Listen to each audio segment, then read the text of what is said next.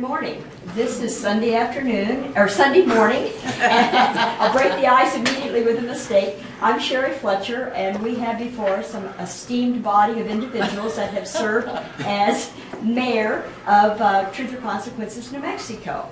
And we have behind the camera, we have Ann Welbert, who can jump in at any time and ask questions. And behind the camera, we also have Jay Hopkins. So we will start now with the individuals introducing themselves and talking about briefly when they served as mayor. Lois? I'm Lois Reaver Black, and I served several years as mayor and mayor pro tem, and I don't know just which years were which because I've forgotten all that. And this is the next one. I'm Cookie Johnson, and I was first elected to the City Commission in 1990 at the age of 41. I was the first woman elected to the City Commission, and I served for 4 years. And then I served as Mayor Pro Tem from 92 to 93, and I was ran again, was elected again in 94, and at that time the Commission appointed me as mayor. Then I resigned my position in 1995 out of protest of the firing of Mike Trujillo, our city manager at the time. I'll get into that in a little bit more detail later. And I was re-elected for the third time in 1998 and served until 2002. Jim?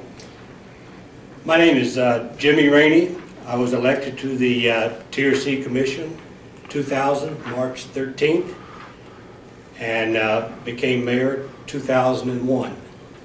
I served as mayor until 2006. And at that time, I was relieved by Mrs. Montgomery, who is the current mayor at this time. Ready? My name is Freddie J. Torres. I was first appointed to the City Commission in 1985, and that was, I believe it was like November, and then the following March I ran, and I was in the commission for till 1990, I believe in the early 94, 95, I believe I became mayor, and then I was recalled in 97, and I laid out for like 10 years. I ran again, and presently I've served about, what, 4 years now. Well, good morning, everybody. My name is Lori Montgomery. I am the current mayor of the City of Truth or Consequences, as Jimmy has pointed out. I was elected to the commission in 2004, was selected as mayor in 2006, 2008, and 2010, and will be currently serving until March 2012. Thank you. I might add that we do not have in our presence Milton Teston, who served as mayor in the I want to say it was like 68 and 69, and he's still currently a business owner in Truth or Consequences. And also we do not have with us today Bobby Allen, who I believe was mayor in the mid-70s, from mid-70s, 76, 77, somewhere in there. And also we do not have Trey Campbell with us, who was also mayor in the, didn't you follow him, Cookie? Or? I think he followed me. Okay. There was mid to late 90s. 95, I think. Okay, so he followed you in the mid to late 90s. So It's interesting that you bring up Trey. Trey and I were both in the same graduating class, which is a unique fact. So you have two mayors that have served in Truth or Consequences that were exactly in the same class that we graduated in. Yes. And were you interested in civic government when you were in high school? Absolutely not. But interesting to note, when she finishes this term, she will be the longest standing woman mayor. In New Mexico? Well, in Truth or Consequences.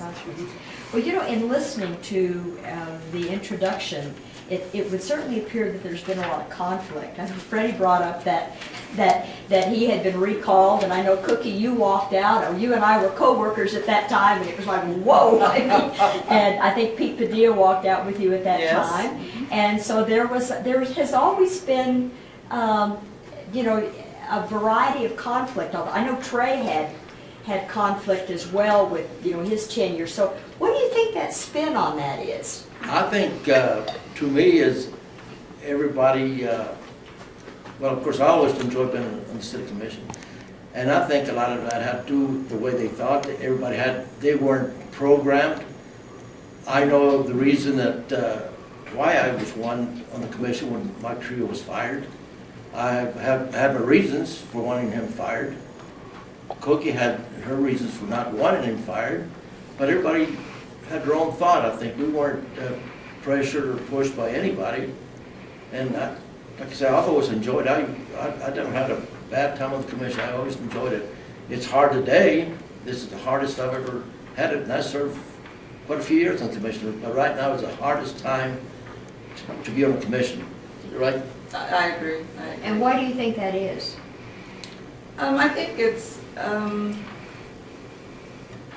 I think going on what Freddie has said about being your own person and doing things the way you feel needs to be done. I think a lot of the commissioners, and I know I am one, that whatever my personal opinions are one way or the other, I really try to put that aside.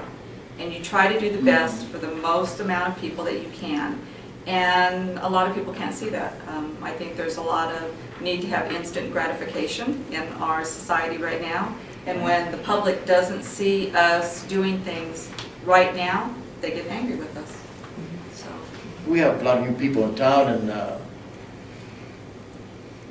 they, they bring this up, corruption and this and that. Where are we going to get corrupted in Tier C? There's not enough money in this Tier C. I've never been mad. We get kids. These new people coming to town are making it very, very hard on our local people that have been here for years and years. And we welcome these people to come in, but, come and help us. Don't come in here and try to destroy it. And that's, I see a lot of that. Yeah, I think the main thing is the people that we have coming into Sierra County now are individuals that have left an area that they was unhappy with for whatever reason. And just as soon as they get down here and find out how we are, they want to change all of that back to what they left because they hated it. And sometimes I can almost understand that. We need change. I personally believe that if we're not changing, if we're not progressing, then we're dying. The town is dying. And it's nice to have some of the thoughts come in. But my goodness, those people should give us the same courtesy as the elected commission to do the things that are right. And not change everything just because somebody jumps up and down and says, I want this. Or you can't have that Walmart, you can't have that racetrack because it will corrupt our town. Well, without those kind of things, our town doesn't need to be corrupted because we won't be here. We'll still be right back where we started when I was in grade school here. And that was not the best way to have a town. And the other thing that I think happens to individuals that come here that don't understand, and possibly for some of those that are here that haven't served on a city commission, they don't realize the work that goes into that a person puts into that. They have no idea. They don't understand that when you're working with several different projects, and there are several different projects because we're one of the few cities that have our own utilities. But you've got your sewer plant, you've got your airport, you've got your roads, you've got everything that's provided by a city. And when you're trying to make all of those things work, it takes a while sometimes to get those things going. Not to mention trying to acquire the funds for that as well. And I don't think the public has a good understanding of the hard job that the city commission goes through. I really believe that everybody should try and run for election to a city commission so that they can experience what we do. Yeah, but they would all do really well. That's true. We would have the same conflicts at the commission chamber as we're having now with outside That's right. help. And Well, CRC has always had, conflicts, but normally we work through them. And sometimes it's very hard to get through some of them. Freddie was talking about being recalled. I don't think there's a commissioner that hasn't had recall petitions put against them or threats of it. I personally hold the record. But they never really got into the point where it was voted on. So I felt pretty fortunate about that. But you still, like Mayor Montgomery was saying, that you do what you know is right for the most people benefit. Not for who's going to vote for you next time or who's not going to vote for you. Those kind of things are completely wrong if you do it for those reasons. And you would never, never want to be a commissioner or a mayor on the salary that they get. Just in my short term, 5 years, whatever it was, as mayor, I have a scrapbook of things, projects that we done during that time. And I say we, not me as mayor, but the commission actually went ahead and done. We have projects that are completed, and there's a few that I wished we would have completed. But for the amount of money that you get as a commissioner, or as a mayor, I think it's something like $50 extra for a mayor. One trip from here to Cruces to go to a meeting costs you more than that.